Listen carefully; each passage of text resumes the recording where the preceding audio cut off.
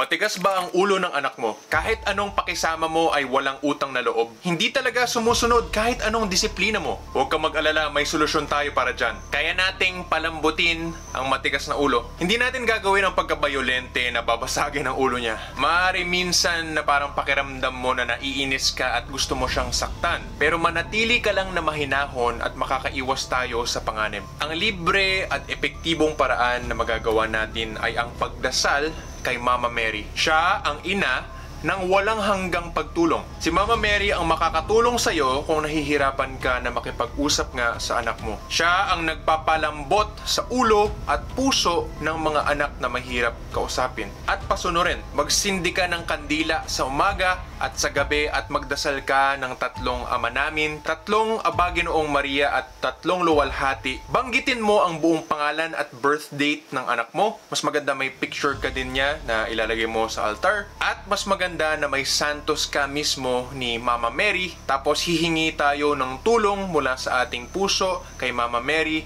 na tulungan tayo na magdasal sa Diyos na maging masunurin ang ating anak. Para matulungan ka ay gumawa nga ako ng gabay sa pagpaamo sa anak at ilalagay ko ang link nito sa description or sa comment. Kung gusto mo na mas malakas ang panalangin na ito ay pwede natin gawin ang ritual para sa pagpapaamo sa anak mo. Ang ritual ay gagawin nga natin para mabago ang ugali ng anak mo. Dahan-dahan magiging mas mabait, mabuti at masunurin, mapangunawa ang anak mo. Siyempre, kailangan maayos din ang pakikitungo mo sa kanya para maging mabisa ang ating ritual. Mas malakas siyempre ang ritual na may bayad nga dahil may alay na sakto at sakripisyo mula doon sa magulang na gusto ngang magbago ang anak niya. Mahal po ang bayad sa ritual namin dahil ito ay epektibo. Mas maganda talaga na may ritual na saktong alay para matindi ang ating power sa panalangin para mabago